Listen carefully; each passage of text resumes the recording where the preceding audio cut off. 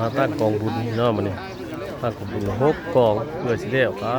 จุดสวยตั้งเรียบร้อย6กองเรียนสัปลาอยู่งานบุญอยู่นอกบ้านมานี่อันนี้เฮ็ดต้นเฮ็ดหอพึ่งหอหยังเพิ่นหลังจากที่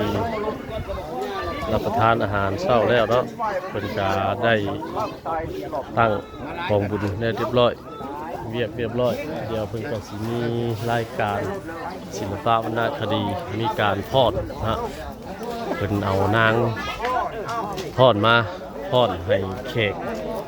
เบิ่งนั่นน่ะเพิ่นหลังจากกินสันข้าวเช้าเนาะรับประทานอาหารเช้าแล้ว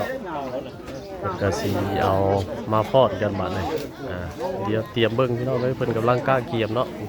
นางรำเพิ่นกำลังกินข้าวเพิ่นกำลังกินข้าวอยู่เอาเครื่องเสียงเอามาตั้งแล้วเครื่องเสียงน้อยเนาะเพิ่นสิฟ้อนกันเพิ่นสิฟ้อนได้แล้วแหละเพิ่นก็มาให้แขกเบิ่งหลังจากตั้งกองบุญแล้วเนาะเฮาก็ตั้งกองบุญ6กองพี่น้องเอ้ยมันเพื่อสิแล้วแต่เช้า เบื่อทางบ่ดู โอเค ยันว่าน้าเบื่อทาง เดี๋ยวมาเบิ่งศิลปะวรรณคดีเพิ่นสิฟ้อนกัน น้าบอกน้าเบื่อทาง